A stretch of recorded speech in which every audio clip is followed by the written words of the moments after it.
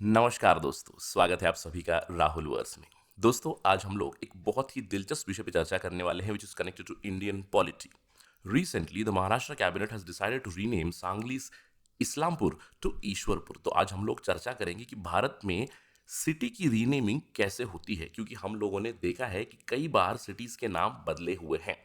Renaming of cities in India has been common political as well as cultural phenomena. There have been many instances. पहले हम लोग बहुत सारे cities के नाम देख चुके हैं जिन्हें बदला गया है। फॉर इंस्टेंस 1995 में Bombay was changed to Mumbai. Gurgaon का नाम बदल दिया गया गुरुग्राम 2016 में। इलाहाबाद को प्रयागराज बनाया गया। मद्रास को चेन्नई बनाया गया। रिसेंटली मुगल सराय को दीनदयाल उपाध्याय नगर का नाम दिया गया 2018 में। तो कई बार सिटीज के नाम बदले जाते हैं। तो आज समझते हैं कि सिटी का नाम कैसे बदला जाता है, क्या रूल्स एंड रेगुलेशंस है। All these things would be understood. सबसे पहली चीज, कॉन्स्टिट्यूशनल और लीगल प्रोविजंस को समझते हैं। One thing everybody needs to remember is there is no specific law or any sort of provision in Indian Constitution which deals with renaming of cities.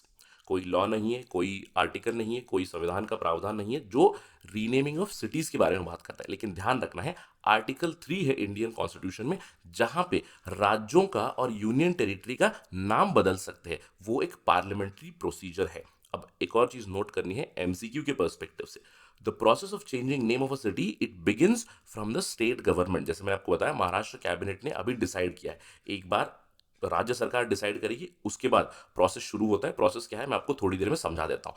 City का नाम बदलने के लिए कोई कॉन्स्टिट्यूशनल अमेंडमेंट की जरूरत नहीं पड़ती है। ऑल्दो स्टेट का नाम बदलने के लिए भी कॉन्स्टिट्यूशनल अमेंडमेंट की जरूरत नहीं पड़ती है। Under article 3 any changes brought is not considered as constitutional amendment per से।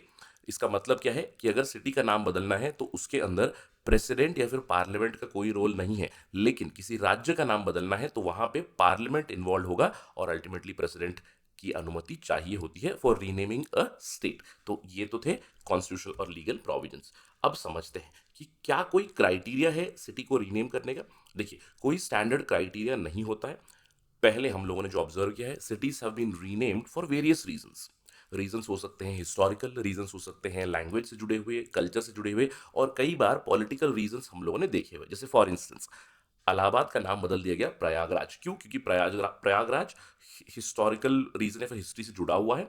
सिटी जो है प्रयाग है। Prayag in the sense it is a site जहां पे आपको संगम मिलेगा गंगा, यमुना और सरस्वती का, ये कहा जाता है।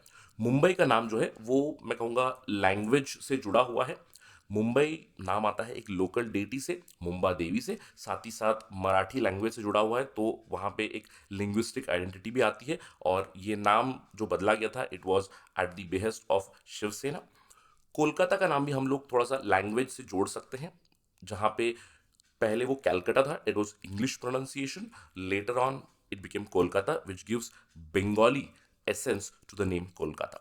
इसके अलावा पॉलिटिकल रीजंस की वजह से कई बार हम लोगों ने नेम चेंज देखे हुए हैं।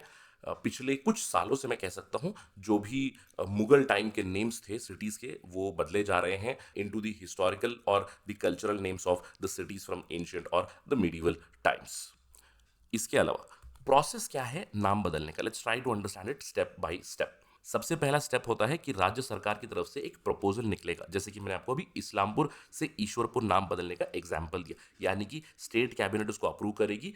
उसके बाद कई बार स्टेट लेजिस्लेचर से भी अप्रूवल लिया जाता है, और अप्रूवल लिया जाता है, ऑल्दो इसका कोई ज़्यादा ज़रूरत नहीं होता है। बहुत सारे समय पे इस तरह का प्रपोजल स्टेट लेजिस्लेचर से पास नहीं होता है। It is not mandatory by law, but step 2 जो मैंने लिखा हुआ है, अप्रूवल फ्रॉम स्टेट लेजिस्लेचर लिखा हुआ है, क्योंकि in many cases to enhance the legitimacy of the name change, state legislature से एक रेजोल्यूशन पास किया जाता है।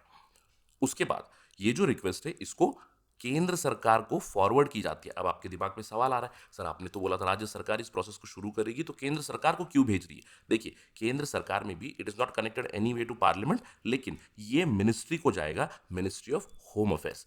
क्यों? इसको आपको समझना थोड़ा सा जरूरी है, क्योंकि स्टेप 4 अगर आप देखोगे तो मिनिस्ट्री ऑफ होम अफेयर्स इस रिक्वेस्ट को जो स्टेट गवर्नमेंट की आई है उसको असेस करेंगे। इनफैक्ट एमएचए एक कोऑर्डिनेटिंग एजेंसी बनेगी जो अलग अलग डिपार्टमेंट्स को, अलग अलग मिनिस्ट्रीज को ये रिक्वेस्ट फॉरवर्ड करेगी, और वहां से एनओसी मिलना चाहिए, यानी कि नो ऑब्जेक्शन सर्टिफिकेट। अब क्यों? क्योंकि आपको ध्यान रखना है, सिटी का नाम बदलने से कई सारी कंफ्यूजन हो सकती है। आप जानते हैं कि वो सिटी रजिस्टर्ड है रेलवेज डिपार्टमेंट में, मिनिस्ट्री ऑफ रेलवेज में है, पोस्टल डिपार्टमेंट में, मैप्स में, सर्वेज में, जियोलॉजिकल सर्वे ऑफ इंडिया में, रजिस्ट्रार जनरल ऑफ इंडिया के पास भी वो नाम रहेंगे जहाँ पे वो एन्यूमरेशन करेंगे सेंसस की। तो ये सारी जो डिपार्टमेंट्स है, बॉडीज है, ये चेक करेंगी कि जो प्रपोज नेम है क्या डुप्लीकेट नेम है, कोई कंफ्यूजन तो अराइज नहीं होगा, जोग्राफिकल क्लैरिटी चाहिए, इन सब चीज़ों के लिए चेक किया जाएगा। उसके बाद जब इन सब डिपार्टमेंट से यस मिलेगी तो फाइनल अप्रूवल आती है मिनिस्ट्री ऑफ होम अफेयर्स से। Ministry of home affairs will give a no objection certificate और it will just issue that we do not have any objection for renaming of these cities. Sir, क्या ministry of home affairs इस तरह की request को रोक सकता है?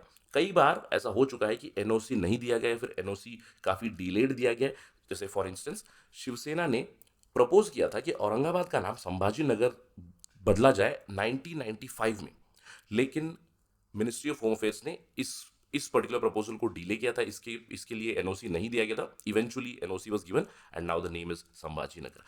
इस तरह के बहुत सारे इंस्टेंसेस मिलेंगे। उस्मानाबाद का नाम धाराशिव हो चुका है, लेकिन वो भी काफ़ी डिलेड एनओसी मिला हुआ है। कर्नाटका में हुबली को हुबली बनाना था, तो इसके ऊपर भी एनओसी जल्दी नहीं दिया गया क्योंकि it was a very minor change.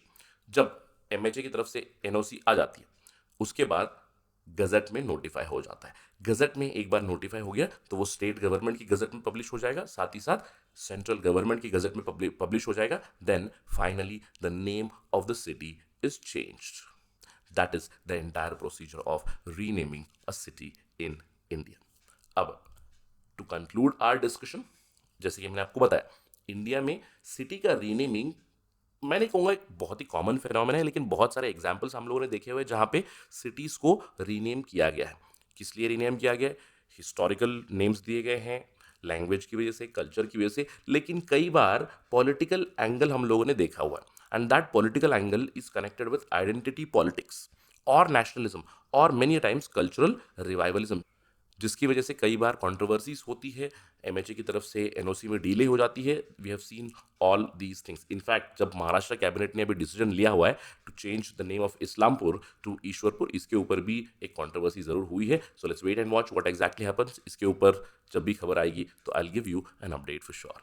Thank you for watching this video. अगर आपको ये वीडियो पसंद आया, do like and share and also subscribe to the channel. Thank you again. जय हिंद।